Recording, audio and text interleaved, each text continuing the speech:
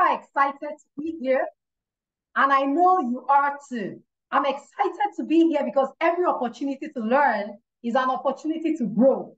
Remember that the illiterates of this century will not be those who cannot read and write, but rather those who cannot learn, unlearn, and relearn.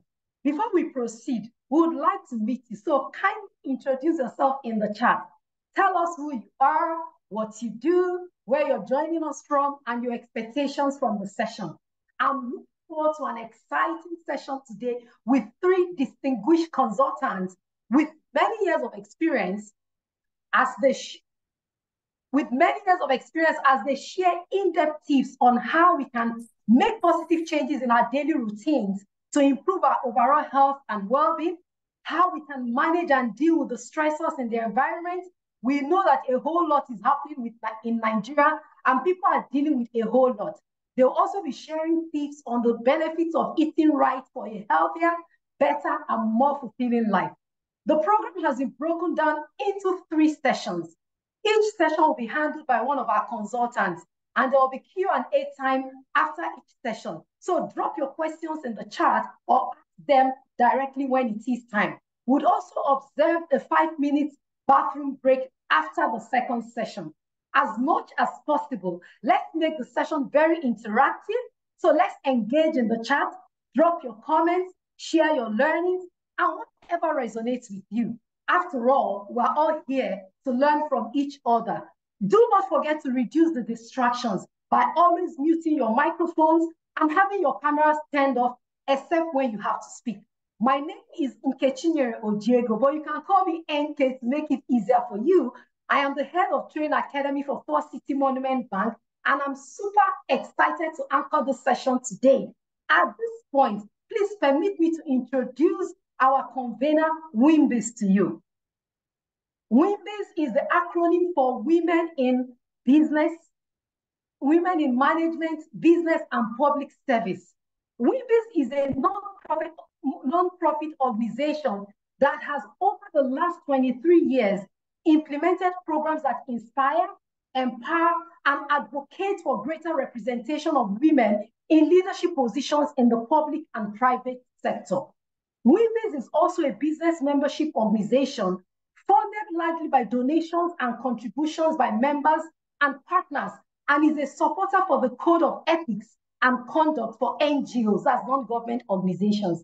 For more information about WIMBIZ, because I'm optimistic that after today's session, a whole lot of us will join WIMBIZ. So for more information about WIMBIZ, please visit www.wimbiz.org. We'll drop it in the chat. We would like to thank our sponsor, Bridge Clinic, for supporting the February edition of the 2024 e-RoundTable event. At the end of the session, a link will be shared for a quick evaluation. Your feedback is golden to us, so please indulge us by completing the evaluation by clicking the link after the session. We want to get better with our other sessions. We also kindly invite our dear participants who are not WIMBIZ associates to join us today. So for inquiries, please contact us via membership@wimbiz.org. At this juncture, I would like to invite Mrs. Tai Oshisoya, Chair 2024 Advocacy Committee, WIMBIZ, for the opening remarks. Ma, if you can hear me, by all means, you have the floor now. Thank you. Thank you very much, NK, for that ending and enduring opening speech. Thank you very much. Please, you are welcome to this month's edition of the WIMBIZ e-RoundTable event, sponsored by the Bridge Clinic. Thank you very much. The WIMBIZ Roundtable aims at bringing together dynamic women in business and management to share their experiences, ideas, and opinions on issues concerning women in their career and business pursuits. It is a collaborative and interactive forum where women, typically experts or stakeholders, come together to engage in open and equal dialogue. It is attended both virtually and physically by women from various and diverse sectors. Now to today's session. In an era marked with sedentary lifestyles, we can all attest to that, unhealthy dietary habits, and increasing rates of chronic diseases, the importance of emphasizing and embracing a healthy lifestyle cannot be overemphasized. The concept of a healthy lifestyle encompasses not only physical health, but also mental, emotional, and social well-being. It involves making conscious choices that promote overall wellness and vitality. Recognizing the urgency of this issue, we propose a roundtable discussion to delve into the various aspects of embracing a healthy lifestyle and to foster dialogue, exchange of ideas, and actionable strategies. I stress the word actionable strategies. By bringing together experts and practitioners from various fields, we aim to generate insights and share the best practices, but also to inspire collective action towards fostering a culture of wellness. This brief background explores the significance of empowering individuals and stakeholders across various sectors to contribute to the promotion of a healthier society. Hence, this event aims at promoting holistic well-being and to empower individuals and our communities to adapt healthy habits and lifestyles. The objective of this roundtable are: 1, to expand participants' knowledge on the importance of embracing a healthy lifestyle, cannot be overemphasized. 2, to educate participants about the interconnectedness of various aspects of well-being, so both mentally, emotionally, socially.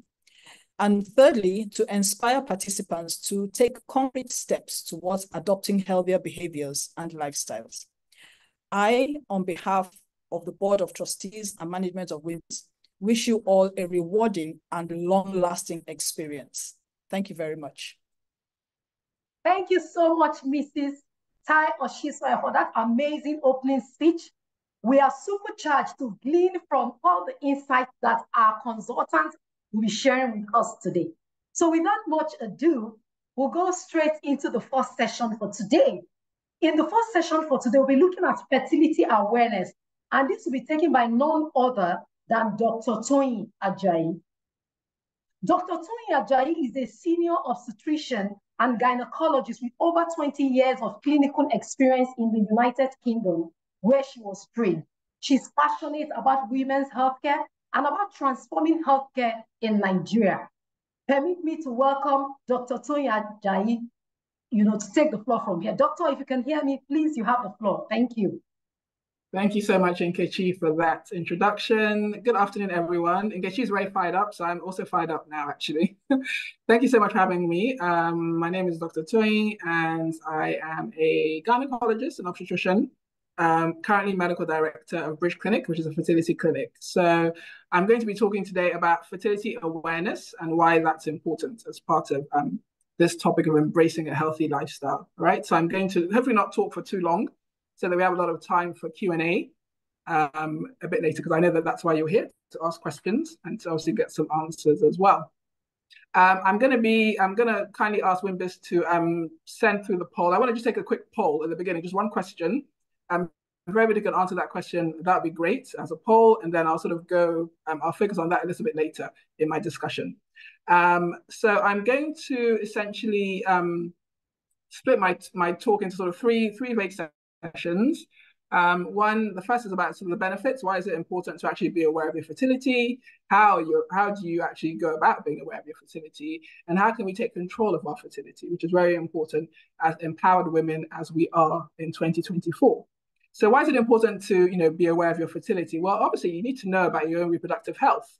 It's very important to ensure that you have a good reproductive health, and that starts by ensuring that you're not engaging in activities that might put your reproductive health at risk. So, for example, sexual health is very important. When you're, a bit younger, perhaps, we've got to be very aware of our sexual health, not to engage in behaviors that will put us at risk as women of contracting diseases, sexually transmitted infections that will impact your fertility in the future. Now, chlamydia is a silent one because you don't know you have chlamydia, but it's silently working to affect your reproductive organs, which will actually have an impact on you getting pregnant easily, perhaps in the future. So that's very important to take control of your sexual health. Another reason why it's important to sort of be aware of your fertility is about family planning. This is very relevant because obviously nowadays it's not the 1950s or 1940s where every woman would just get married at 20 and then become a housewife. You know, now we are empowered women, we are career women, we are independent women, you know, so we want to plan our families according to our own schedule, not what some man tells us to do. For instance, I don't want to get too controversial, you know. So it's very important to, you know, think about that as a fertility awareness issue. You know, so am I going to use contraception, for instance, to ensure that I'm not going to get pregnant when I'm still studying or doing my master's or whatever? You know, that's very important. What type of contraception you want to choose will depend on whether you want short-term protection or something more long-term. You know, do I want to look at preserving my future fertility?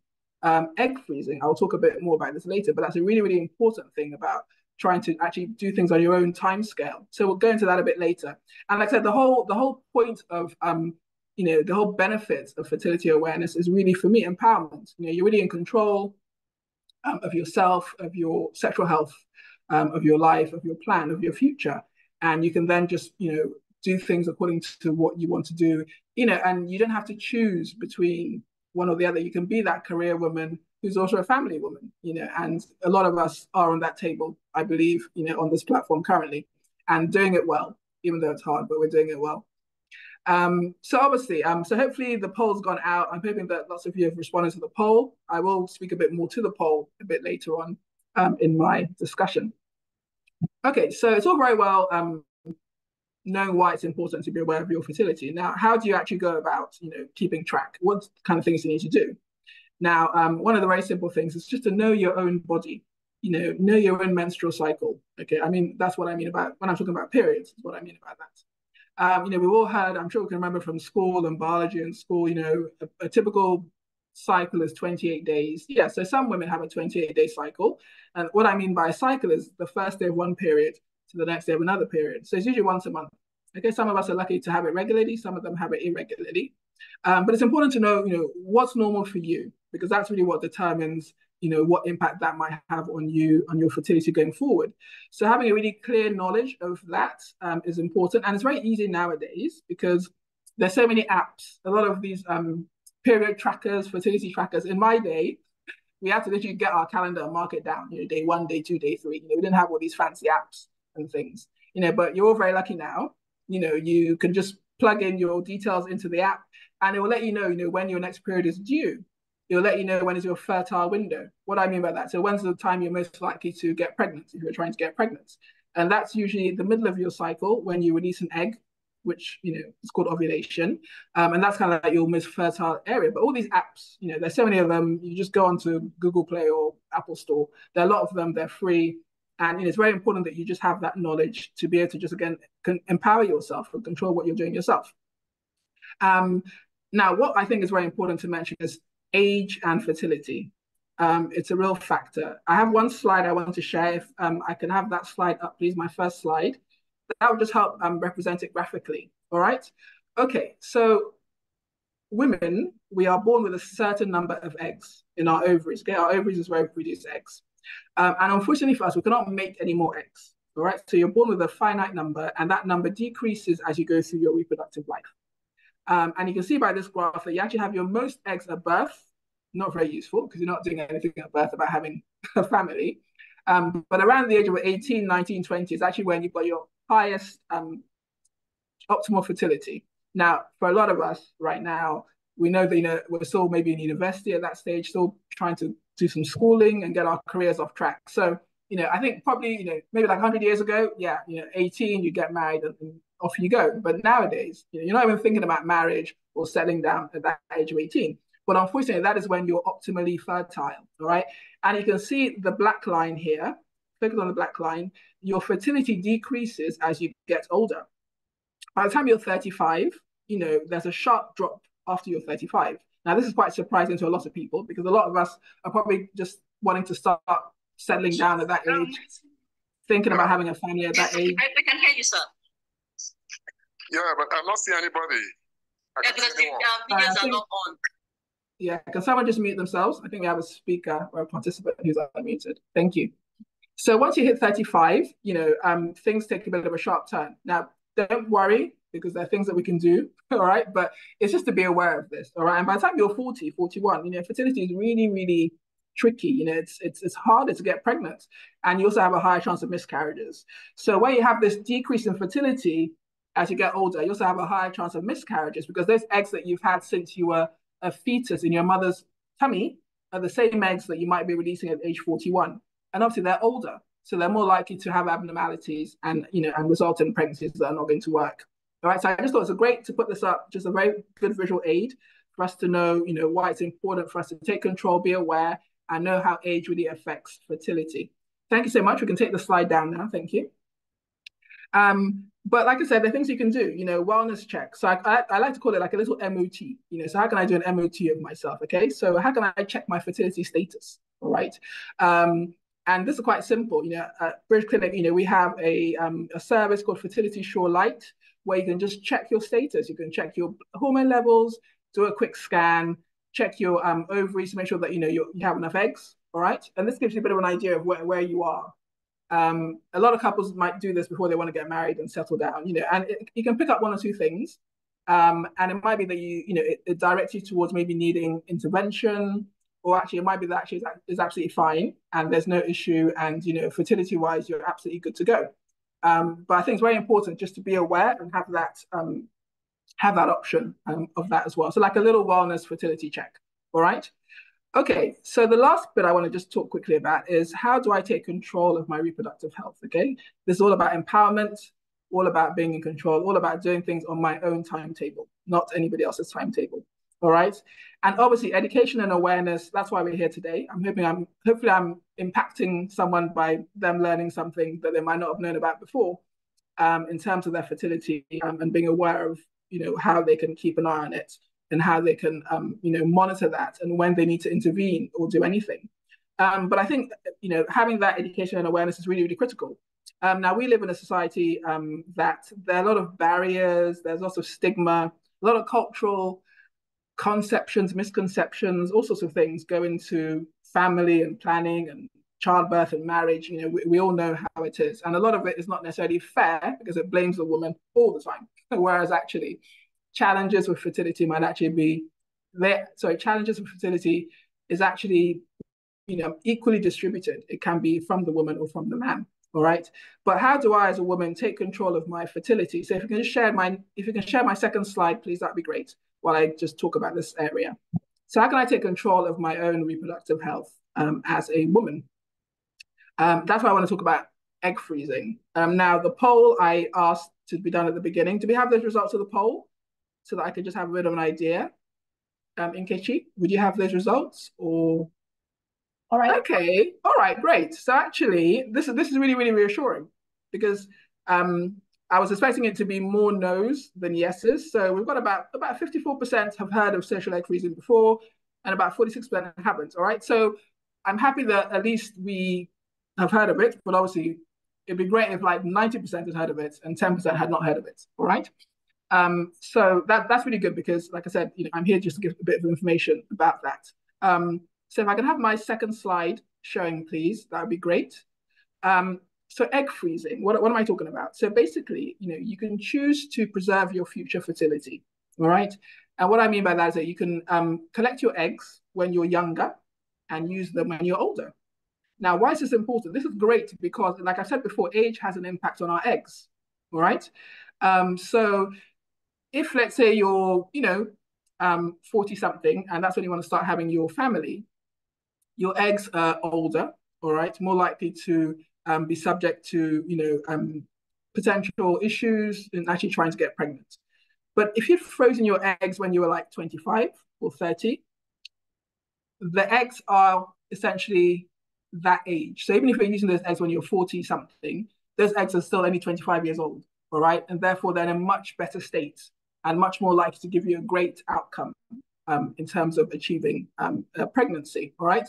So that's why social egg freezing is a really, really good way to take control of your reproductive health, to plan your future, essentially, all right? Now, egg freezing is a process where basically you're collecting eggs, like I've said, the eggs that you produce from your ovaries, and you're flash freezing them very, very quickly at very, very cold temperatures to preserve them. And then they get stored away. and they can be stored for up to 10 years. And then you can come back and use them when you're ready. How do you use them? You need to do IVF, in vitro fertilization, to use your eggs. However, you can still do that as a single woman. All right. So you can be a single woman who is not interested in, going down the marital road, but still wants to have a baby. You've frozen your eggs maybe 6 years prior. So you come to a trusted fertility clinic like ours. We can throw out your eggs for you, and then you can pick a donor sperm, and then you undergo IVF, and hopefully you come out with a positive result. Again, if you're married and you've frozen your eggs earlier on, obviously you use your husband or partner's sperm to do the process fertilization and hopefully get some good going embryos. Now, like I said, a lot of people don't know about this. A lot of people don't even know it's even available in Nigeria, but it is. All right. A lot of people might think it's a bit strange for you to go and freeze your eggs. Why don't you just wait and get married? Find a man and just have a baby the normal way. Very, very easy to say, not so easy to do. All right. And like I said, this is all about you taking control of your own reproductive health. All right. So this is something that there's a great option for career women who are on a career track, who don't want to stop or interrupt that track because of having a baby, and who want to do something that doesn't make them feel guilty. So you can do this and not feel bad. You don't think, oh wow, I'm denying my parents a grandchild. No, you're gonna get your eggs, you're gonna freeze your eggs, and then whenever you're ready, whenever your career is where you want it to be, when you're more mature, when you're more financially stable, these are really, really important things to consider. You can then undergo you can then use your frozen eggs to, go through a process where you can hopefully get pregnant and have a baby. All right. So, like I said, it's all about empowering. It's all about being in control. But I know that there are a lot of cultural stigma, cultural barriers to this, which is actually what I'm trying to demystify. I'm trying to debunk today, because there's absolutely nothing wrong whatsoever with a lady who is career-minded, who is independent, who is financially secure, who's not yet ready to get married, not yet ready to have a baby. There's absolutely nothing wrong with her freezing her eggs. It is safe. It is effective. You get good pregnancy results. British Clinic does do egg freezing. We can freeze your eggs for up to 10 years, and you can come and use it whenever you want. All right. So I really want everyone just to if you don't take anything away apart from this is a viable option for you if you're not yet ready to even think about marriage, children, because whatever you're doing, you want to do your master's, you want to do some higher education, you're on a career path, you're on a track as a partner at a firm or a consultancy firm. There's nothing wrong with you doing this so that you can have the best of both worlds, which is being an independent, financially secure, empowered woman, but still knowing that right in the future, I'm able to use my eggs when I am ready, as opposed to when society dictates that I should be ready. Because we're not all ready at the same time. We're all very, very different. And it's not everybody who's ready to have a baby, just because they got married at the age of 25. Okay, so those are the main points I really wanted to touch on. Thank you. You can stop sharing the slide. Thank you so much. Those are the main points I wanted to touch on today. I don't want to talk too much. I want people to really ask me lots of questions, and I'm really happy to answer the questions. So I think I'll stop talking here. I've got about 2 minutes left on my stopwatch, so I've not done too badly. I'll stop talking here, and I'll allow us to look at the chats and answer some questions, if that's okay. Thank you so much, Dr. Toyin Ajayi. Please, can we appreciate Dr. Toyin? Please, yes. Appreciate her. Clap for her. Use the emoji. You can unmute and clap. Thank you so much for sharing so much insight. I took notes, right? Dr. Toyin said you need to know your body. Between ages 18 to 20 is the highest point of fertility. You can do a wellness check all by yourself. And for some of us that are like, oh, I don't want to have children. Once I get married, I want to spend some time, enjoy my marriage before I have children.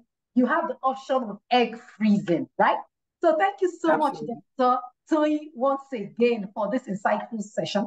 So please, we'll go straight into the Q&A time. If you have questions, I see a couple of questions in the chat. If you have questions, and if you want to ask Dr. Toyin your questions directly, please, by all means, just unmute your microphone. You can also turn on your camera so I can see your beautiful and handsome faces, and you can ask her the question. So please, I want to see the first taker, the first person to ask the question, while I also try to extract the questions from the chat. Thank you so much. So I can actually see one question here that I think it's been asked a few times. It's about how old you need to be to do egg freezing. So this is very, very important.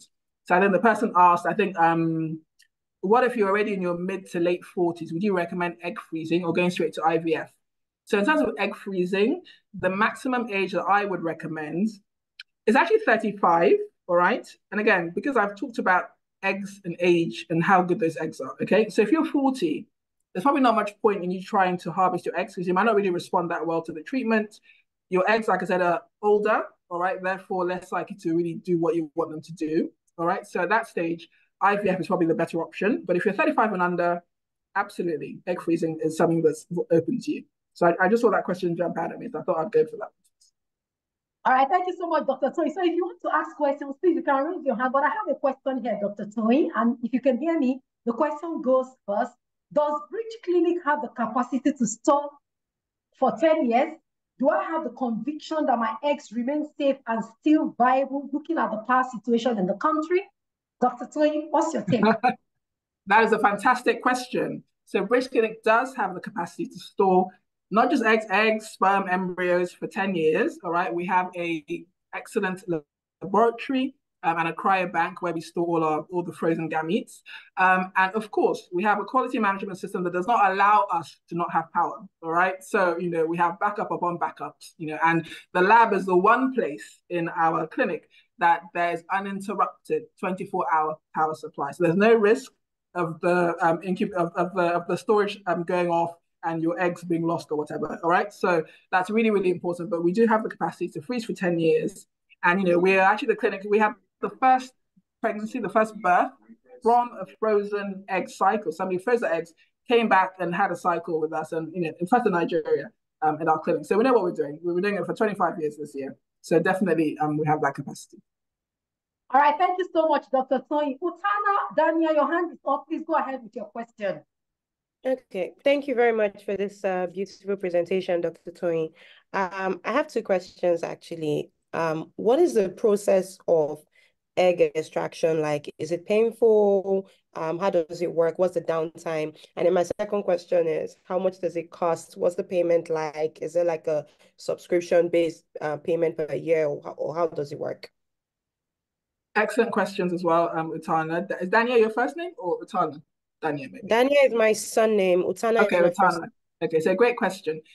So egg collection is not painful, all right? So you have good painkillers. So we give you sedation. So we don't, some places put you fully to sleep, but you don't need that. You just need some very strong analgesia, what's called conscious sedation. So you're very drowsy, very sleepy, and you're pain-free. And I think your second question was about cost. I will refer you to our website. We're very transparent, and all our fees are on our website. I don't know the numbers offhand. I don't keep them in my head. But if you go to our website, www.thebridgeclinic.com, we have our fees section there, and it's all very, very transparent. But we have a package where the egg collection plus the storage of the eggs for 1 year is all in one package. So it makes it much more affordable. Thank you so much, Dr. Toyin. We have just 2 minutes more for this Q&A session. So I'm going to ask this one question. And please, we have details about Dr. Toyin. If you want to engage further beyond this session, you can actually reach out to her. Her contact details are in the chat. Okay, so Dr. Toyin, someone is saying if you're already having premenopause signs, can your eggs still be good for freezing? Will you still be producing eggs? So that's a good question. So I think the first thing, if I'm having premenopausal signs, like some of us are, hot sweats, night sweats, hot flashes, I know what you're talking about. Probably to get a blood test to actually see whether I'm properly menopausal or not. But the reality is, if you're already having those symptoms and you're in your 40s, it's likely that you don't have much, the capacity for you to produce eggs is going to be very much lower. And also to produce good eggs is also going to be much lower. So I would not recommend freezing if you're having those symptoms, no. All right, thank you so much. Any other person? Do we have any more hands raised?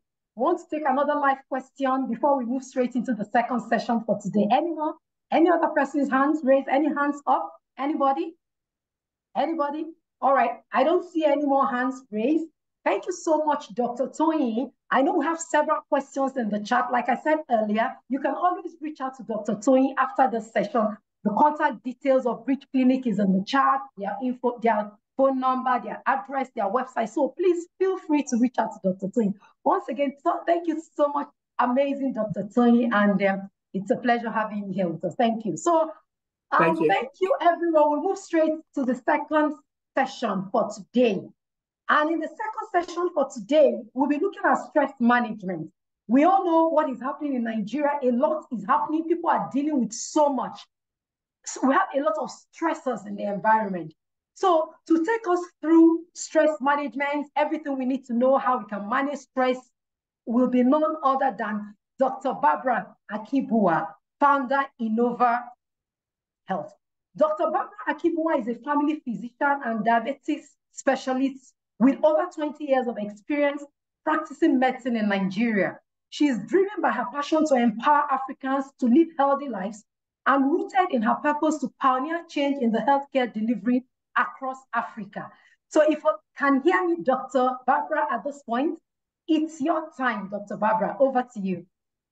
Thank you very much, Nkechi. Hello, everyone. I'm really glad to be here, and I'm pumped up by Nkechi. You can see she's excited and she's enjoying everything that's going on. So I'm here today to talk to you about embracing a healthy lifestyle with a focus on stress management. And this is a very apt topic for today. I'm sure when we were going through the practice session, Nkechi's power went off, and she had to deal with either having the generator put on or, having the inverter put on. A lot of us deal with so many things that stress us, whether it's the economy, whether it's the rising cost of living, even the current exchange rate. How many of you have been watching how much the dollar is every minute? Because it seems to be increasing every second. And you see, when we experience things that stress us, our bodies react. Our heart starts beating very fast. Our blood pressure rises. Our blood sugar rises. We feel uncomfortable. We feel threatened. And we feel that way because stress is anything that affects our well-being or our lively or our lives. And when we feel our bodies are under our attack, our bodies automatically go into what we will call the fight or flight response. And that is, simply put, your body is trying to protect itself. So it becomes hyper alert. You have more blood glucose in your bloodstream because that gives you energy in case you need to run or you need to fight off your attacker. Your blood pressure also rises because it keeps you alert. So it's a natural response, blood sugar, blood glucose, and you can see that with the common chronic diseases that people have, hypertension, diabetes. Diabetes is raised blood sugar. Hypertension is raised blood pressure. When your heart is beating faster than it should and you are anxious, you are agitated, panic attacks, anxiety attacks, when you feel overwhelmed and you don't know what to do, when it goes on for so long, depression and other psychological disorders set in. So there is a link between your body, your health, and stress. And stress is a normal part of daily life. So how do we manage stress so that we don't get chronic diseases and so that we can keep to a healthy lifestyle? That's what I'm going to be talking about today.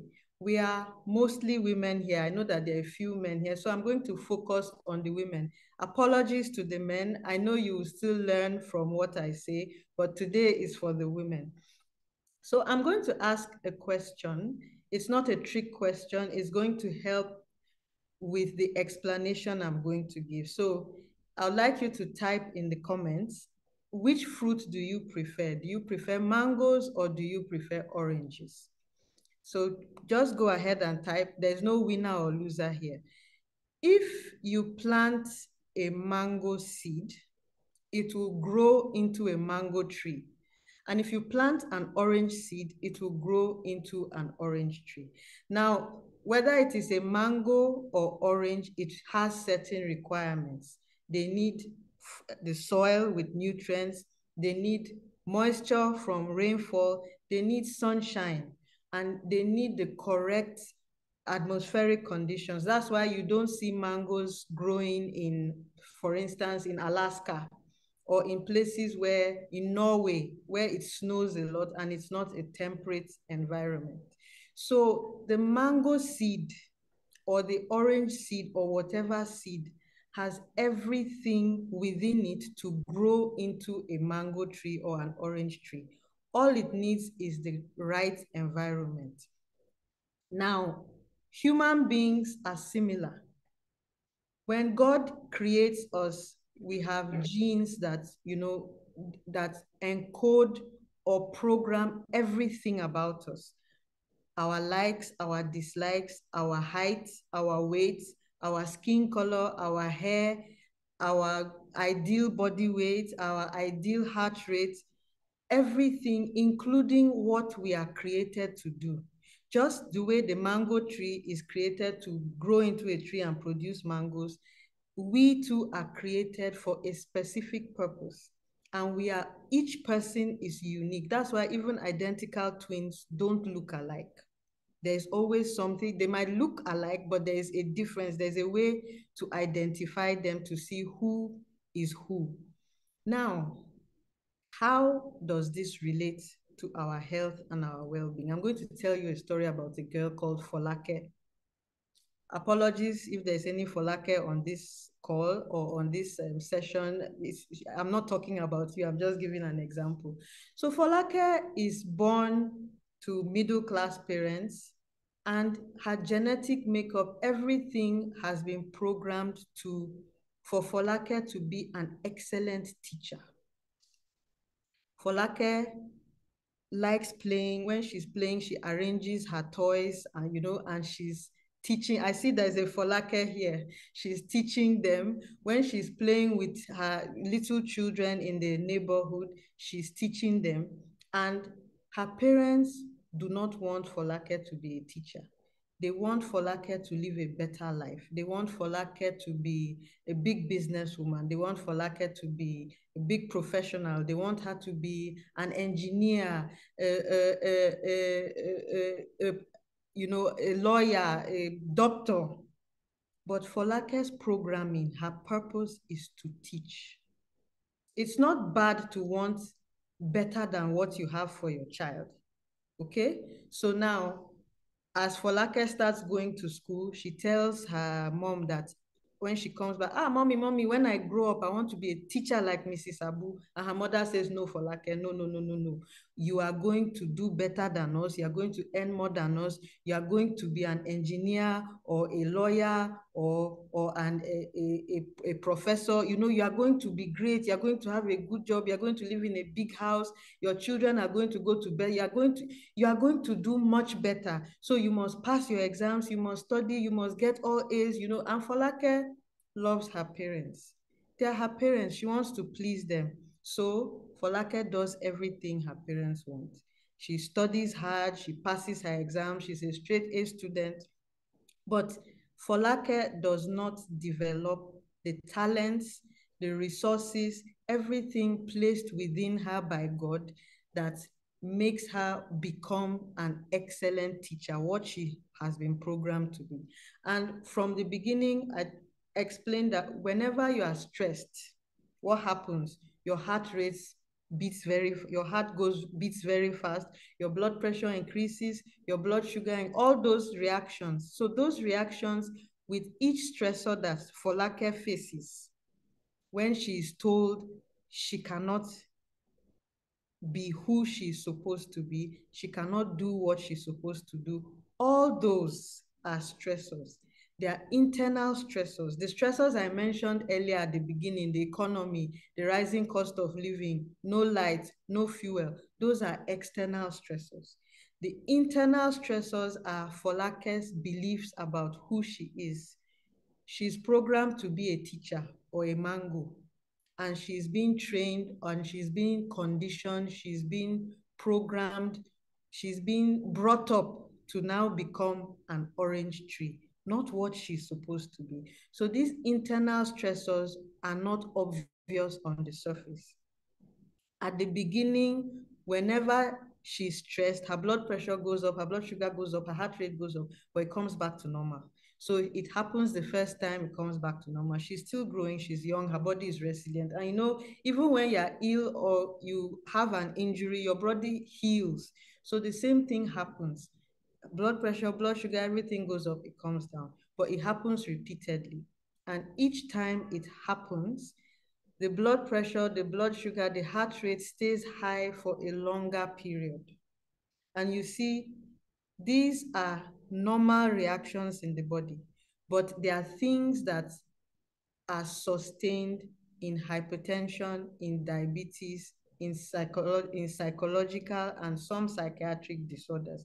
So this is how social, the environment, the cultural, the social aspects of life influence or cause chronic diseases that we have today. So Folake goes to university, she becomes an engineer, she starts working for an oil company. And while she was at university, she met Yakubu. Yakubu read fine arts. And she tells her mom, I met this guy I want to marry. His name is Yakubu. And they say, Yakubu, where is he from? Kaduna. How? But he's not from our place. You can't marry somebody. Okay, what did he study? Fine art. Fine art. We told you, we brought you up to become an engineer. You want to marry somebody that cannot take care. You have to marry according to your status. You cannot marry Yakubu. So Folake stays. And then, no, she can't find anybody. And they keep, when are you going to bring your husband? I need to see my grandchildren. Where is the husband? Where is the husband? Those two are stressors. And with each internal stress that keeps happening, Folake's blood pressure, Folake's heart rate, Folake's blood glucose levels are going up. They are not above, they are not above the level where it's normal and should be said to have diabetes or hyper, but it keeps going up. It's swinging. It's going up and coming down. So when she doesn't bring a husband, they say, okay, we'll bring a husband for you, in the interest of peace. Okay. She gets married. She has her first child. She has the second child. And while she's pregnant for the second child, her blood sugar is high. They ask her to, go on diet, do some things, and she watches it. After she has the baby, the blood sugar goes back to normal. But the stressors are still there because Folake is now living a life that is not her life. That is not what she was destined to be. That is not part of her purpose. And Folake doesn't understand what is going on. She's not happy. So she looks for things that will make her happy. And this is where habits, as our personalities are part of our internal stressors, whether you are quiet or you are noisy, or you are boisterous, you are the lively type, you want to be the life of the party, you want to always have people around you. If your life doesn't align with who you are, then that is a stressor. Your beliefs come from your experiences, your upbringing, your education, your religion, your culture. If, for instance, you say you want to be an architect, and where you come from, they say it is only men that can be architects. Apologies to the men, but I just use architects, and it's only men that can be architects. And this is your purpose, and you can't do it. That is a stressor. Okay, so Folake is not happy, and when people are not happy, they form coping mechanisms. Your beliefs drive your coping mechanisms. I can't do it. I'm not happy. Okay, let me look for something that will make me happy. So there are good habits, there are bad habits. A lot of the time, when a habit is driven by something negative, then it becomes a bad habit. So this is where addictions come. People start smoking, they start drinking, social media, they are always on their screens, because they are looking for ways to make themselves happy, to take their minds off the things that are making them unhappy. One of the commonest ways women especially make themselves happy is with food. And I'll explain why.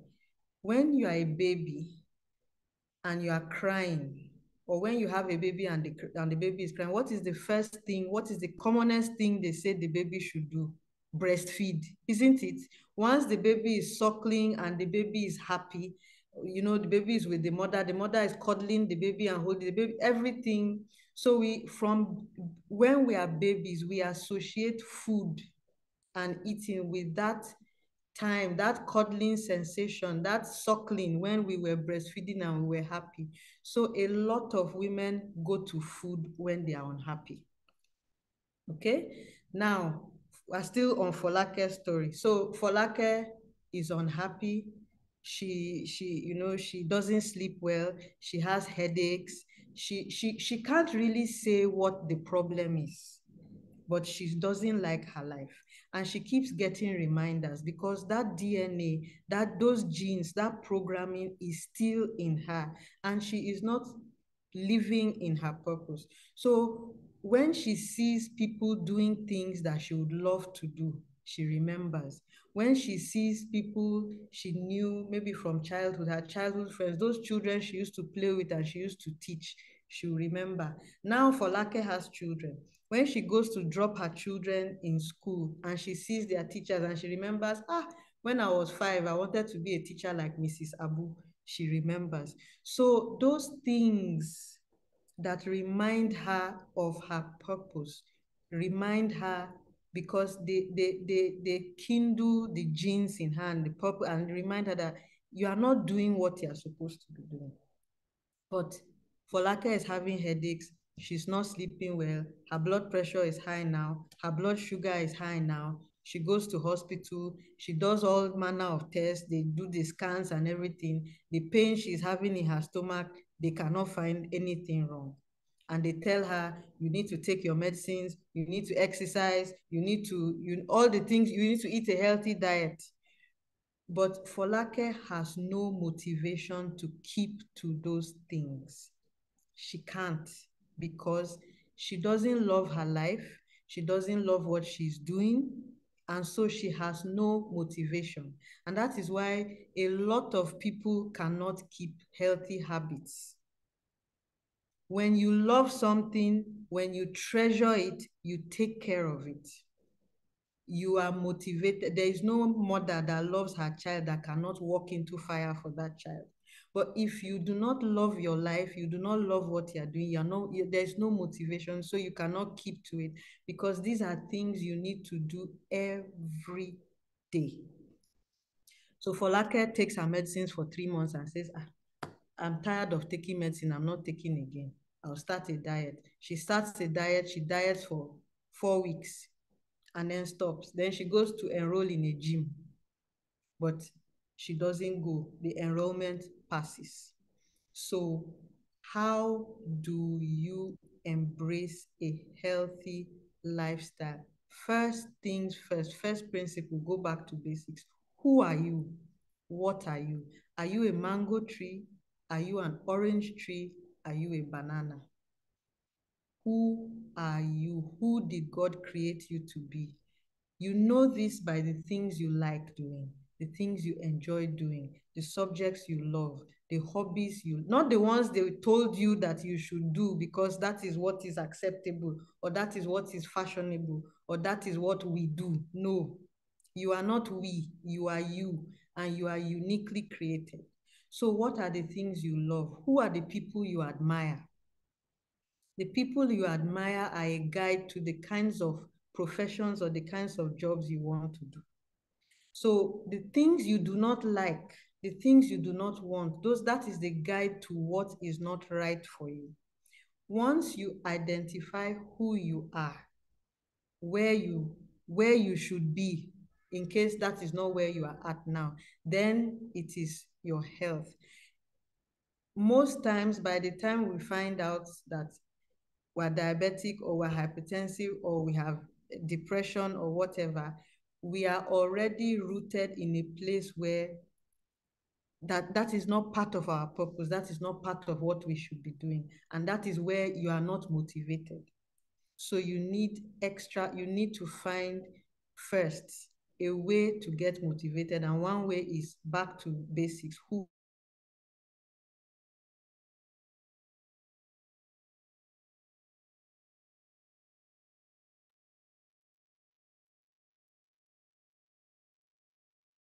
Dr. Barbara, please go ahead. Dr. Barbara. Yes. Can you hear me? Yes, we can hear you now, Dr. Barbara. You're back. Please go ahead. All right. Thank you. Okay. So now, because you know where you are headed, where you are going, you have a motivation, but you need help to keep track. And that is what we do at Innova Health Resources. We have an app, a diabetes app called Soyo. It's on a Google platform. It's good for managing diabetes and hypertension, but more on diabetes because diabetes is more difficult to manage. So what does the app do? It helps you plan your health journey. You need to know, this is where I am, this is where I'm going. What are the, please mute your yourself if you're not unmuted. You need to know what health numbers do you need to keep track of. You need to keep track of your blood pressure, you need to keep track of your blood sugar, you need to keep track of your weight. By the time you're an adult and you joined WIMBIS, your height is already stable, but you need to know your height as well. And then you need to keep track of your body mass index. Why are you keeping track of these things? When you your bank account, if you get an alert that money has left your bank account, won't you go and check what is wrong? You immediately go and check what is wrong because you are interested in your money. That money now is your treasure. You need to keep track of these numbers so that you keep track of your health. And for these numbers, you're not looking at what is reduced. You're looking at, is there any point in my life when it is increasing? Because that tells you that stress is beginning to set in and cause a problem. And it is like, you can keep a notebook, but it's easier nowadays to use an app, and that is why we developed that app. So you need to know those numbers, you need to keep track, and you need to keep motivated. Remember, you're coming from a place where you are not motivated. With the app, you have a daily schedule that lists out the different tasks you need to do for your health for each day. And it might be difficult to keep to it every day, but when you start, you do day one, you did everything. You're like, I did everything today. Day two, I did everything today. Day three, you now begin to get excited because you see that you're making progress, and then you see the change in your numbers. So it is possible to embrace a healthy lifestyle. It is possible.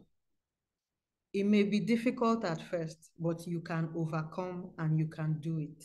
And the first step is knowing who you are. The second step is planning your health journey and keeping to it. Thank you for listening to me. I'm happy to answer any questions you have. Thank you so much, Dr. Barbara. Please, let's applaud Dr. Barbara. Let's celebrate her. Let's recognize her. Let's appreciate her. Thank you so much, Dr. Barbara. While you were speaking, I was taking a lot of notes. Can you see my notes? A lot. Wow. If I start reading everything I took out here, I'll just eat into the time for the Q&A. But I'm just going to share one or two things that resonated for me. She said, how to embrace a healthy lifestyle. It is in your purpose. We must find our purpose. What is our calling? When you are living your purpose, you will live a healthy lifestyle and you will not be stressed. She also said that we need to manage stress so we don't come down with chronic diseases. Did you get that? She said when you are stressed, your heart rate increases, your blood pressure rises. So they are both internal and external stressors. We know that in Nigeria, it appears that the external stressors are more. But thank you so much, Dr. Barbara. It's been amazing, listening to you. So we go straight into the Q&A, session. We have 5 minutes for the Q&A sessions, and we have a couple of questions in the chat. And if you want to ask directly, please raise up your hand so that we can, spotlight you to ask the questions directly. So, Dr. Barbara, the first question I'm going to be throwing at you is, someone says, I started having heart palpitations after my mom died. It graduated to chest pains every once in a while. I've done ECG, but no root cause known. Does it mean mourning or bereavement could have triggered all I have been going through? So yes, mourning and bereavement is a stress. It is a huge stress, especially if you were really close to your mom, or if, sometimes there are unfinished business between parents and children. So maybe for people that had issues with their parents, there are some people like that. And when the parent dies, they suddenly realize that there were things I wanted to say, or there were things I wanted to ask, I didn't get the chance to do, and the person is gone. If the person is someone you're really close to, it marks, a sudden end. No matter how old you are, when you lose a parent, it's deep. The pain and the hurt is deep, and you need to grieve and get over it. And this is not, it takes different time frames for different people depending on where you're at. So if it's a parent that was very close, that was supportive, that provided psychological support or social support, it's also more difficult. You miss them a lot. But there's a grieving process, and it's possible to get to a place where it's not that painful anymore. Okay, so yes, loss of a parent is a huge, huge, huge stress. Death is a huge stress, a huge external stress. All right, thank you so much, Dr. Barbara. I have another question here. Please, if you want to ask your questions directly, please just raise up your hand so that we can, pick you or call you. Dr. Barbara, someone says, does it mean we can have stress factors that we are not aware of? How do we identify them? So that is a huge one. But yes, you can have stress factors that you are not aware of. And there are so many stress factors, and they are so different. It depends on who you are, where you are at, your upbringing, your beliefs, your education, your experiences. So what is a stress for A might not be a stress for B. What I'll say is the signs that you are stressed, your blood pressure, your blood sugar, those ones you may not know, but at least you know when your heart rate is, your heart is beating very fast.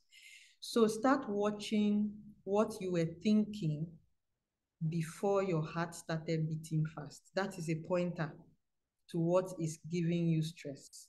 And then when you notice it, you have to ask yourself, why am I afraid when I think of this? What about this is scaring me? Because it means for some reason, you believe that thing you are thinking about at that time is harmful to your well-being, or something about it is harmful.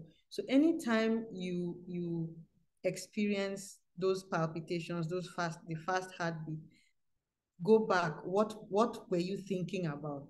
That's the connection. All right, thank you so much, Dr. Barbara. We're still expecting a live question. Anybody would like to ask your question directly? And do remember that you can always pick up information about Dr. Barbara, Dr. Toyin from the chat. We have the Google, I think the Google address where you can get the Sawyer app for checking the Sawyer app for checking your vitals and all that. All right. Like I said earlier, if you want to ask a direct question, fine. Otherwise, Dr. Barbara, I have another question for you. Please, can diabetes lead to kidney disease? If yes, kindly explain the link. Yes, diabetes can link to kidney disease, and that is because diabetes affects your blood vessels all over the body. When someone is diabetic, their blood sugar is high, and the blood sugar passes through all the blood vessels in the body. So it affects the blood vessels. The kidneys do not get enough blood, and the kidneys gradually become damaged. It can also damage other organs in the body that way. So that is the link between diabetes and kidney disease, but it does it gradually over like 5 to 10 years. It's not sudden. All right, thank you so much, Dr. Barbara. So we have Neweke. Please go ahead with your question. Your hand is raised. Go ahead with your question. Thank you. Okay, good evening. Am I permitted to make a contribution apart from a question? Okay, just keep it very brief. Very Okay, brief. so yes. So what she said about your purpose is like running on your own lane in a race. So when you're on your own lane and not in another person's lane, life is much easier. So I wanted to add practices like consciousness or meditation help us to run in our own lane, because a lot is happening in our country now. A lot of people may mistake another person's lane for theirs. So that causes stress. Thank you.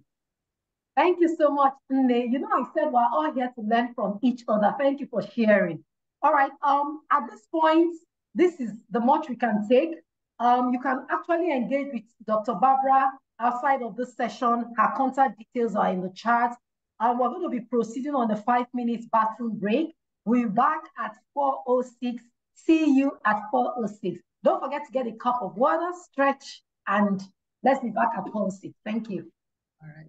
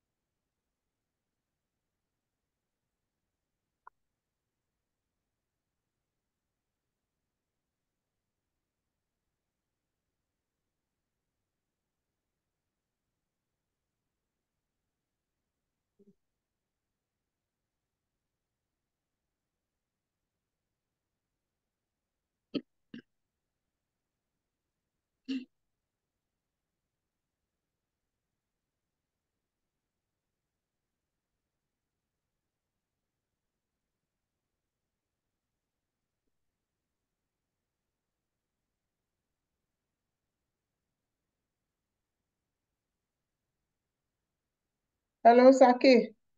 Good afternoon. How are you doing? Mute your microphone, please mute your mic. Sorry, hold on 1 minute.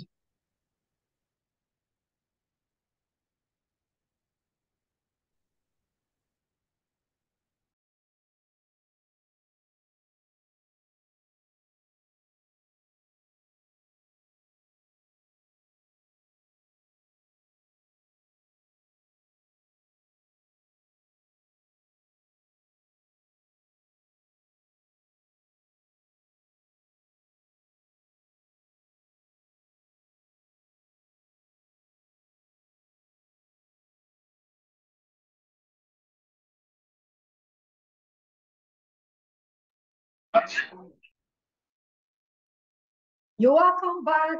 Are we back? You're welcome back from the break. Let's come back. Let's come back. Let's come back. We still have exciting, information to glean from our last presenter for today. Welcome back from the session, from the 5 minutes break.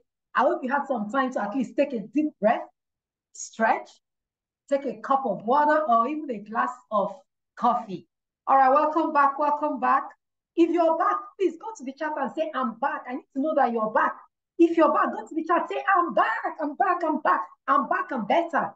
If you're back, please say, I'm back, I'm better. Go to the chat. Let's see, I want to see the chat buzzing, buzzing, buzzing. Yeah, great, great, great. Yeah. That's how we do it. Thank you. Welcome back. Well, so we are fully back now because I can see the chat. I love Dr. Ajayi. She's even showing me her beautiful cup of coffee. All right, welcome back, everyone.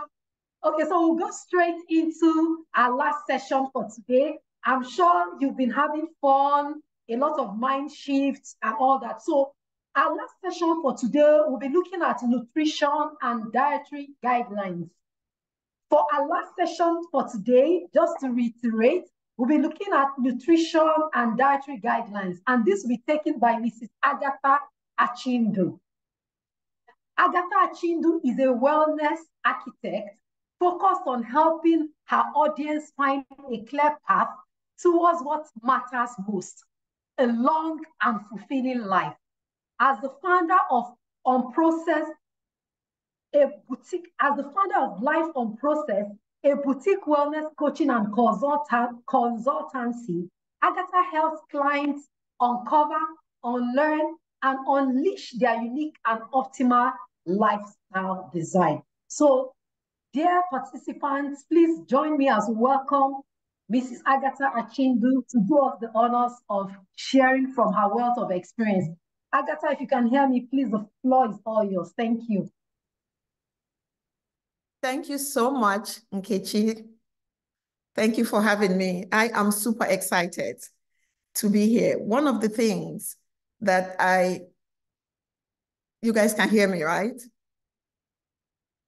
Yes, we can. Okay, good. Go ahead, we can.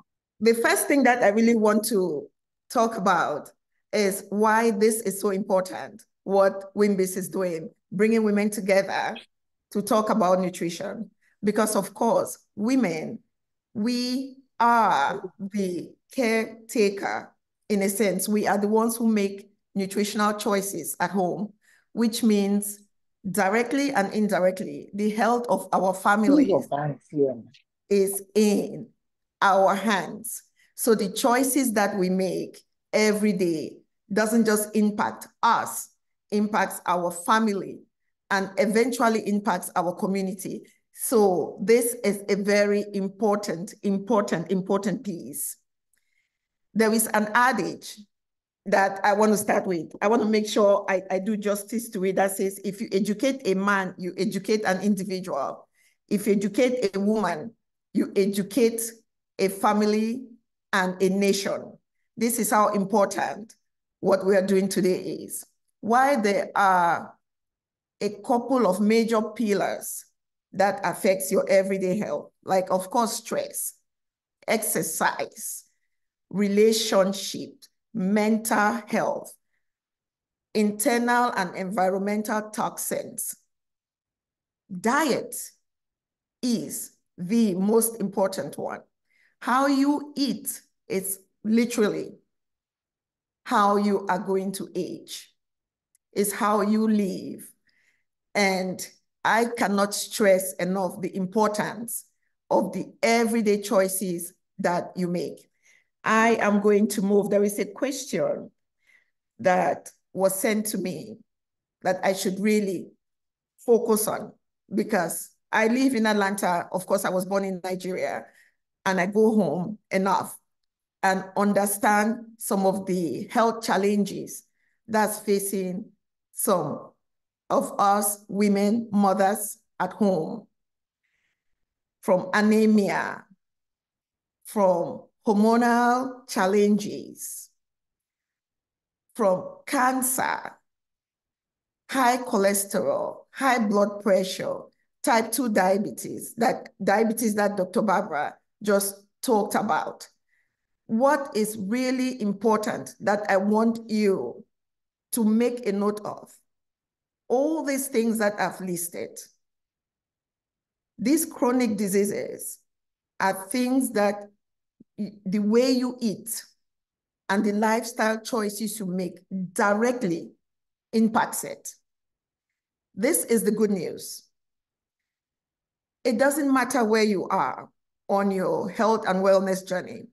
When you consistently start providing your body with the mind, body, and spirit nourishment that it needs to thrive, your body would start healing. type 2 diabetes, how you eat every day matters. There isn't a cure technically, because there is no medication. You have to manage it, but you can heal yourself from it. And I'm going to share a story of a client who was on medication for 20 years, what we did. But you can heal yourself from a lot of these chronic diseases. It's going to take you investing time. With hormonal imbalances, I am going to use myself and really drive home how important nutrition is. I am going to be 57 years old in a couple of months. I've never had a hot flash. I've not had a lot of the challenges that would come with menopause. Though you hear it so much, like, oh, I have hot flash, brain fog, I have all these things. It doesn't have to, that shouldn't be, as we would say, your ministry. You can change all these things by how we eat. And truly, we have been blessed in Africa with an abundance of food. But this is the tricky part with how wealth sometimes can be a good thing and not so good thing. Because today, back at home, for a lot of us with a little bit of money, we want to eat the Western diet. But that's the problem, because the Western diet is not life-sustaining. If you've ever looked up the standard American diet, which is, the acronym is SAD, Standard American Diet, it's so overly processed. It's why we're leading the world with so many diseases. You can make a change. How you cook food, how you eat really matters. So I'm going to talk about, let's look at some of the few changes that you can make. And I'm also going to talk about the things that really impacts in general, because we're all bio-individuals. So what impacts A might not impact B, but there are some borderline general stuff that goes. So things that really impacts your health. The oil that you use to cook. Every time I go home, I cringe and I scream. I'm like, where can I stand and really start talking to people about the dangers of these vegetable oils that they are using that's causing so much inflammation in the body. The corn oil, the canola oil, these oils have been tied to almost any and every disease because of the amount of inflammation that it causes. The ratio of omega-6 and omega-3 is what? It's so high in omega-6. When you hear about vegetable oil, by default, think of soybean oil, think of corn oil, think of all these other seeds, oils. If you take corn and squeeze it in your hand will never be oily. So think about the process that it goes through to become oil and why it becomes so toxic to the body. Unlike if you take palm nut, the palm kernel, you squeeze in your hand. You take avocado, you squeeze in your hand.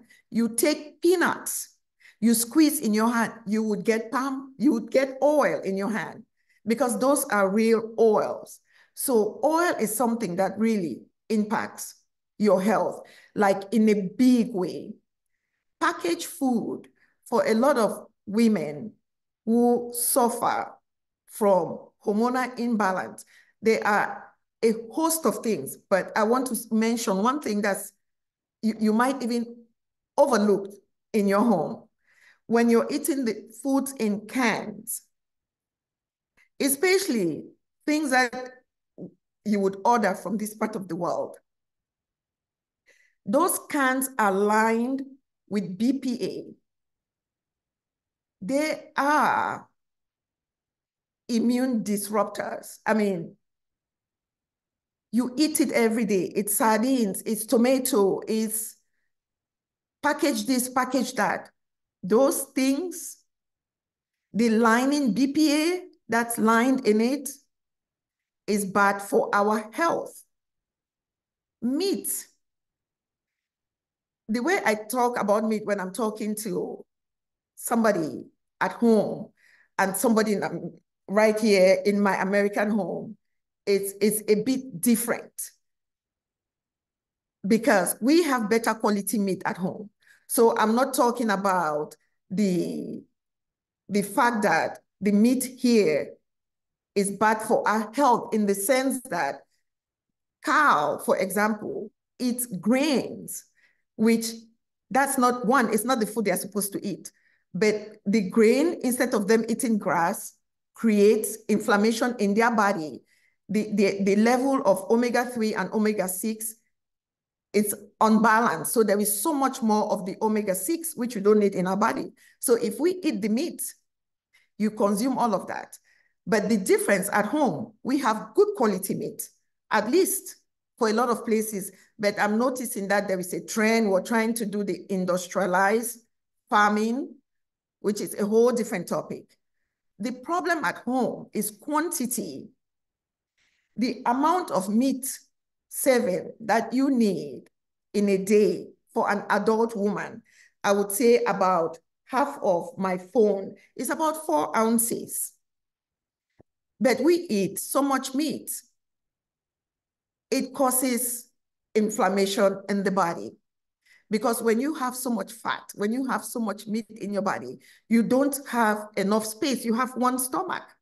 You don't have enough space to eat vegetables, grains, all this produce that's bursting with life-sustaining nutrients, all those phytonutrients that your body needs to heal. That's one thing with the beef. So if you can reduce, I'm not saying become a vegetarian or a vegan. When you have your plate, how our great-grandparents used to eat. I remember growing up, meat was the little side on the plate because meat was expensive. But now meat is not as expensive. So people would eat too much. It's not good for you. That's something that really impacts. And I think Dr. Barbara talks about stress. Stress impacts your health. It doesn't matter how healthy you eat. From a holistic perspective, if you're not managing stress, it impacts your everyday health. The medication that you take is something that causes inflammation in your body because it can, depending on what it is, everything, when you see all these medications, it has side effects. Those things impact your body. So if, for example, if you take an antibiotic, after the antibiotic, because the antibiotic, when you take antibiotic, it does magic. It does good work. The side of it, the bad side of it is, it doesn't know how to separate, oh, these are the good bacteria.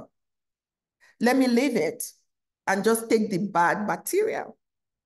If you understand that over 70% of our immune system lies in our gut. So if the gut is not healthy, everything is like a house of cards. Everything kind of break down. Parts that you use at home. I see a lot of the Teflon parts at home. Those pots that are, Teflon is the popular brand name, but those non-stick parts, those parts, if you go to the World Health Organization, WHO, I mean, they've done a ton of studies, how those parts, the PUFAs, the thing that is used to line, sometimes you cook, you see those, it scratches off. The question you can ask yourself, if you look at your pot and the metal is peeled, where does it go? you're eating this metal, it disrupts. I mean, it really challenges health all the way. It's all the way to the cellular level.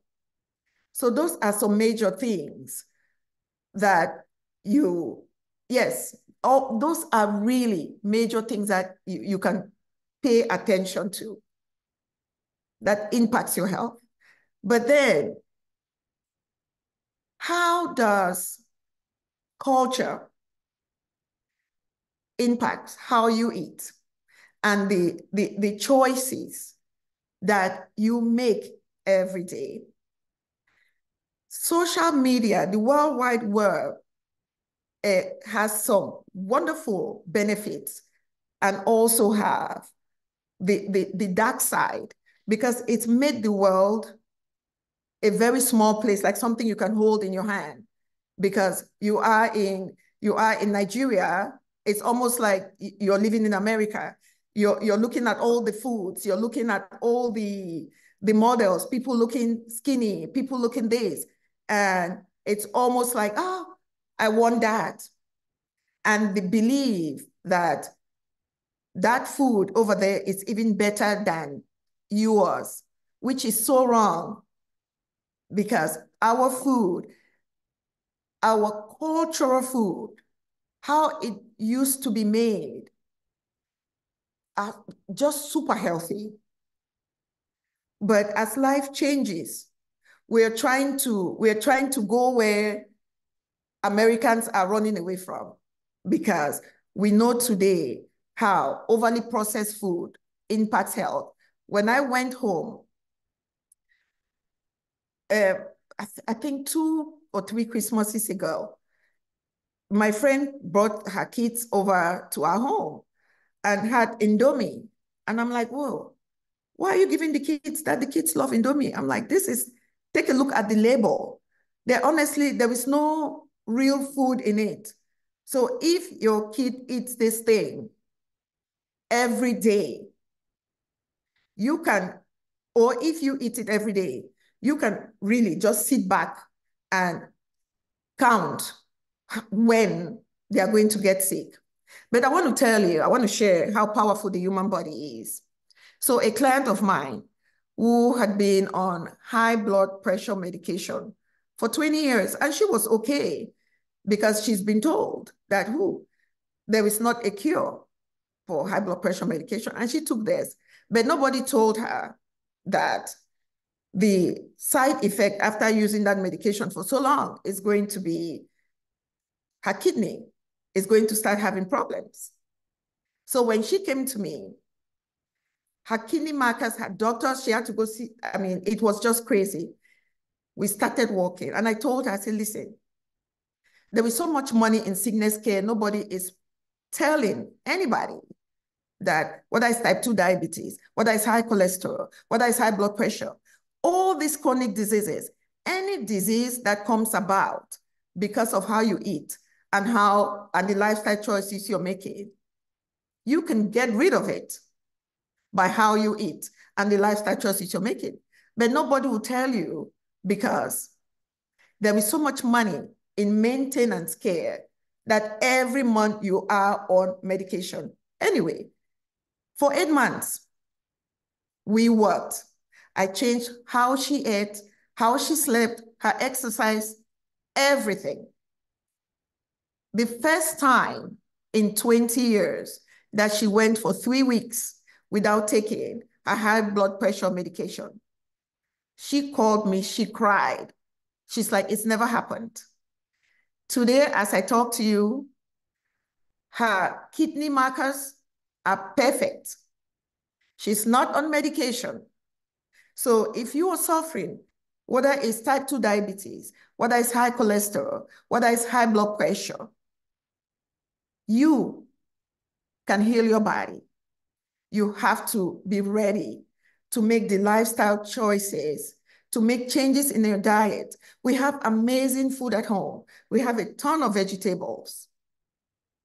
You don't have to sit and eat a bowl of rice without any vegetable, because then at the end of the day, you're just having sugar. because rice digests to starch and starch is sugar. These are little changes that you can make at home.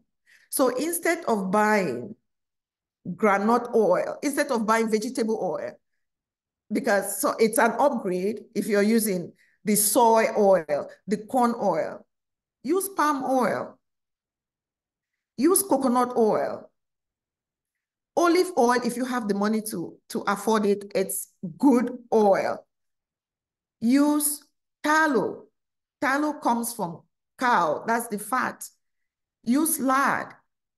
I grew up, my grandmother would make palm oil at home. Today in America, I still cook with palm oil. I've shared that information over and over and over.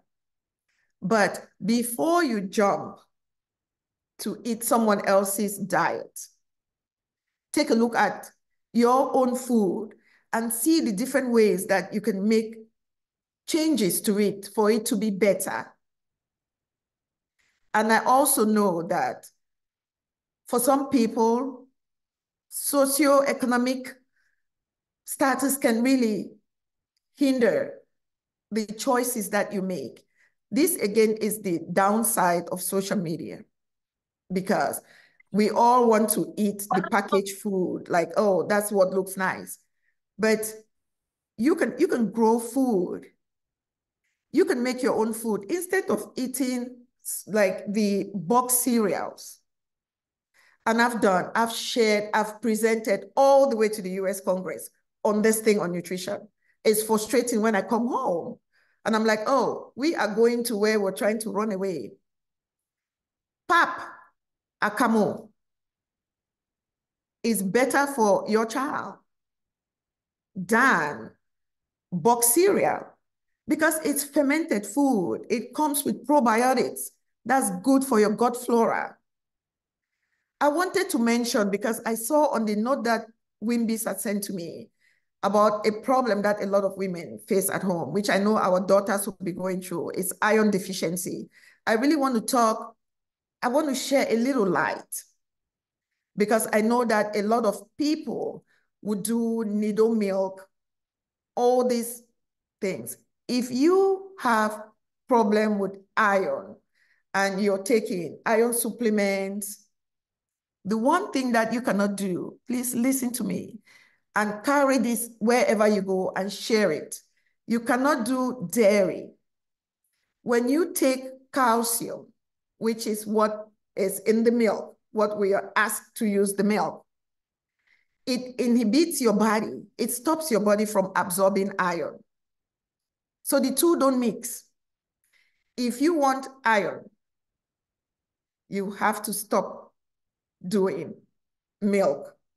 I don't know how many minutes I have left. I didn't put my timer. I can, on this topic, I can go from today to tomorrow because it's such an important one. But I don't want to leave making you feel as if, oh my God, this is doom. Here is what I need you to keep in your mind. Your body has the capacity to heal. It doesn't matter what anybody tells you. Your body, when provided the mind, body, and spirit nourishment that it needs, would heal. I have seen people come from the worst to the best. Even if you're not 100%, when you start doing the right things for your body, and especially when it comes to food, there is an immediacy. That's how powerful food is. When you eat, you can immediately feel the food that works for you. What works for me might not work for you. So even when I'm working with my client, it's very individualized. And for anybody who is here, who works, who offers counseling, nutrition counseling, please remember, if you say, for example, you have 3 clients, one is coming from the north, one is coming from Eastern Nigeria, one is coming from West, you are going to talk to them completely different when it comes to food. Because food truly is not the enemy. How we eat it, how we process it, is the problem. And how the things that makes us happy is important. The food that we grew up eating is an important part of us. So when you see all the trends about weight loss, about this, starve this and that, the reason that these businesses are making the money they make, and they can never go out of business because it doesn't work. Generation upon generation come and make the same mistake. Dieting doesn't work because it's not sustainable. So if you're talking from somebody, you always have to start. Tell me the things that makes you happy. What are the foods you grew up eating? And it's different from the person from the north, from the person from the south, from the person from the west. And then you really say, okay, let's see, tell me what you eat in a day. Oh, you know, we can take this much meat out and we can add beans, or we can add more vegetable. I see on social media, this is the good side of social media now. I would see a pot of egusi stew, egusi soup that somebody will cook at home and put on social media. And I'm telling you, the meat, the particulars that I would see in that soup, I can use in my house for 3 months. Your body cannot process that much meat. But I'm I'm grateful to be here. I hope somehow I've inspired you to think a little bit about what you eat. Thank you so much, Mrs. Achindu. I'm sure if we allow you, we'll just keep going on and on and on and on. But we just have to go straight into the Q&A. We'll have a lot of questions in the chat. But let's appreciate Mrs. Agatha Achindu for this insight. Honestly, there's nothing like what you eat. You know, there's something that resonated with me. She said, how you eat is how you're going to eat and age. That is very, very critical. Thank you so much, Mrs. Achindu. So we'll go straight into the Q&A because we have less than 8 minutes to the end of this program. So the first question for you is, can you please emphasize the relationship with diet and inflammation? Is there really a relationship between your blood group and the types of food we eat, e.g., blood group O positive should eat more protein and vegetable and avoid foods like plantain, corn, peanuts, avocado, and all that? Do you get the question? Yes, I do. I mean, there are all type of food philosophy, like different ways that you need to eat. Those complexity is truly, except in the instance where you have a medical condition, it's not important because that just adds unnecessary stress. I see people taking off major food groups. Oh, don't eat carbs, don't eat. Your body needs all these different food groups. The quality of the food groups is what matters. When we talk about inflammation, there are so many things that causes inflammation in your body, and food is one of them. Environmental toxins, stress, when your cortisol is up, it causes inflammation in your body. But because we're talking about food, food causes inflammation. And unfortunately, inflammation is truly the root cause for a lot of chronic diseases. If you take your hand and start tracing to go to the root causes, you would see there is some level of inflammation. And inflammation is not like you have a fire burn. Or it's not only from when you're stressed that your heart palpitates. Your body can be going through this from medication, something that's supposed to be good that you take. Remember I talked about the, antibiotics, how it impacts the body. So inflammation, so many things does. Food, I mentioned oil, that's a big one. We've been made to believe that butter, real butter, is not good. And then we use margarine. If there is one thing that I would really pray that you take out. I did a document about oils when I wrote my cookbook. It was something that my publisher gave for people who pre-order the book. So I'm going to see how it might be I can get it from them and just give it to Wimbies to give it to you guys when it comes to oil. So you can really look at the good oils, the bad oils, because this is a big one since we cook a lot. All right, thank you so much, Mrs. Achindu. We have Rukayat's hand up. Please, Ruka, make it very snappy with your question because we're practically running out of time. And so, Ruka, please go ahead with your question. Thank you very much, the speaker. My question is quick. Your cookbook, Bountiful Cooking, is it available? Because I tried to buy it right now, but I see that it's only hard copy. Is it possible that we can get access to the e-copy? That's my question.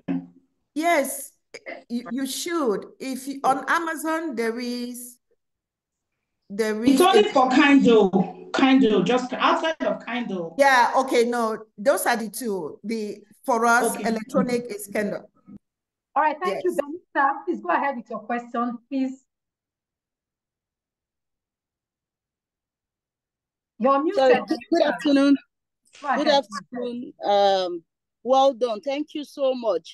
I was just going to ask, what do you advise for somebody who just did a gut reset challenge, 21 days gut reset, and now gets down with cramps, like terrible cramps?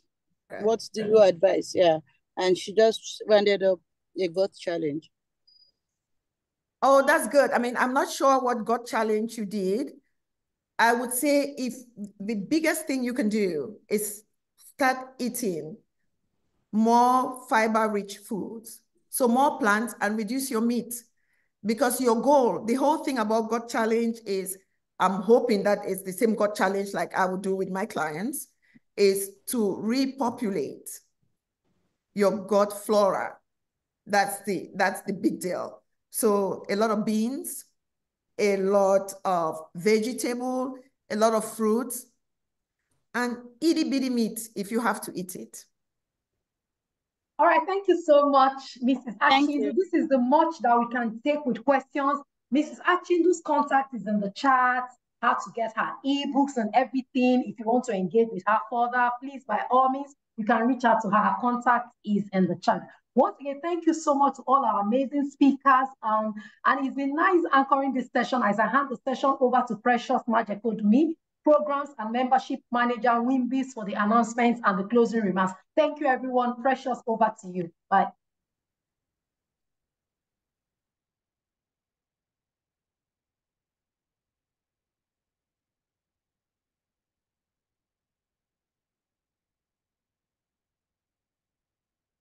Okay, good afternoon, everyone. Wow, what an insightful session it has been. My name is Precious Majekodumi, just as our anchor has said. I serve as the Programs Manager at Wimbies. Thank you for joining today's session, which has really been eye-opening. Today's session happens to be our very first program for the year, and we are glad that everyone could make it. That is, we have over 200 attendees on this call. We hope that you've been able to take away key learnings and just using them to, as the topic has said, embrace a healthy lifestyle. We say a big thank you to our sponsor, Bridge Clinic, for supporting us. We couldn't have done this without you. A very big thank you to our speakers, from Dr. Toyin to Dr. Barbara, Mr. Chindu. We thank you for making time to be here today and just impacting us with, this nuggets that we're able to take back. And to our anchor, who has been nothing but fantastic, Mr. Kechi, we say a very big thank you. We appreciate you. Few announcements. As you know, feedback is very important to us. It allows us to improve on programs like this, take them back and serve you better. And so the HQ will be dropping evaluation questions, the evaluation link in the chat box for you to fill. We understand that not everyone is able to fill, and so the link will be sent in a follow-up email to everyone. We want you to hear about your opinion.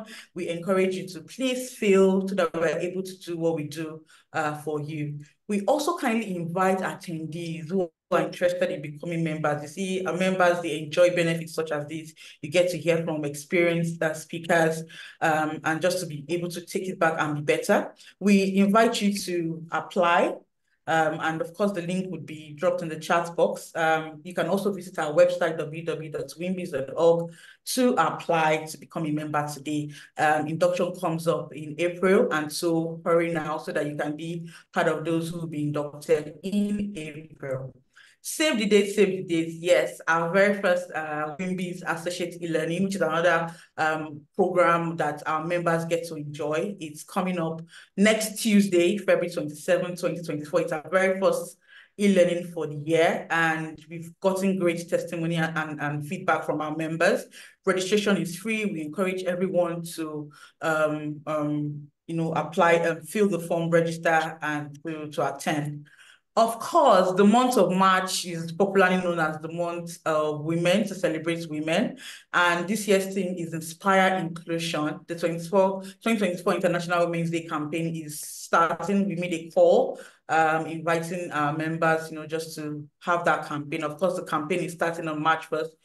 We encourage you to just, check our social media pages or our platforms, and just to, to contribute to it.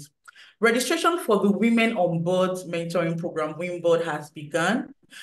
We ask you to click on the registration link, which is also dropped in the chat box. Please click on it to apply. It's a 3-month mentoring program for women who aspire to be on boards or already serving on boards. You just want to have that experience. I kid you not, it's a wonderful experience, and we encourage you to join. For those who want to get more information about that, you can send us a mail at wimboardmentoring@wimbys.org or wimbys@wimbys.org. To register for all of our upcoming programs, we kindly ask you to click on the link that will be dropped in the chat box, or just visit our website, www.wimbys.org, to register. And just follow us across all of our social media platforms, from Facebook to LinkedIn to profile to YouTube, forgive me, Wimbys NG on Instagram, at Wimbys on Twitter, or at X, as we know it to be right now. We thank you all for joining us today, and we wish you a good evening. Thank you very much.